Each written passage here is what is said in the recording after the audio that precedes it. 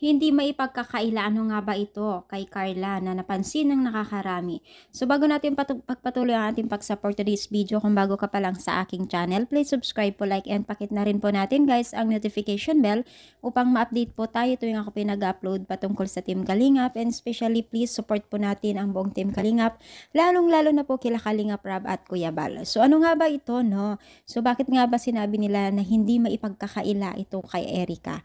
I mean kay Carla. So, yun po. No, so hindi daw maipagkakaila na itong si Carla ay marami rin sponsor. Yes po, maraming sponsor si Erica.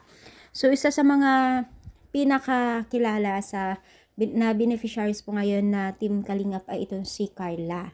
So, ibig sabihin guys ay talagang pag once na sobrang sikat sa beneficiaries po ng Team Kalingap ay hindi talaga maipagkakaila din na marami talaga ang magbibigay sa mga ganitong klaseng sponsor, no? So, kita naman natin, no, hindi lamang si Kalingap Rab ang kinukontak nila, maging na rin po yung mga kasamahan nila na laging kasama ni Jomar, no? Maski nga si Jomar, no, marami na rin nagbibigay sa kanya.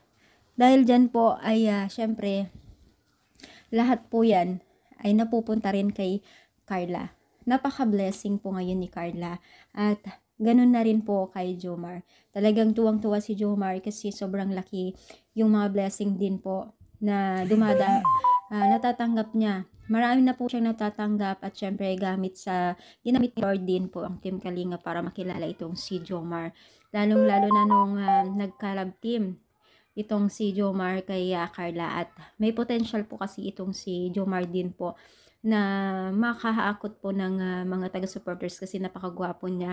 At kung mapapansin natin tuwing siya po ay nagsasalita, no, ay sobrang galang po niya. Di lang siya magalang, napakagwapo din po niya, and sobrang responsible po sa mga bagay-bagay na ipinapautos ni Kalinga Prab sa kanya. So deserve naman po niya kung ano yung mga natatanggap niya ngayon. Kaya sana ipagpatuloy ni Jomar yung pagbibigay ng saya at ligaya or inspiration sa mga manunood at mga magkakaroon pa ng love team, no?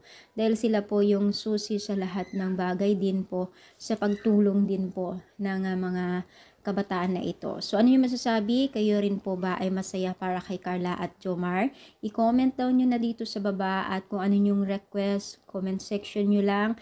And then, syempre, makikita naman yun ni Kalinga Prab kung ano yung mga request natin. So, comment down, pa-like, and thank you. God bless po.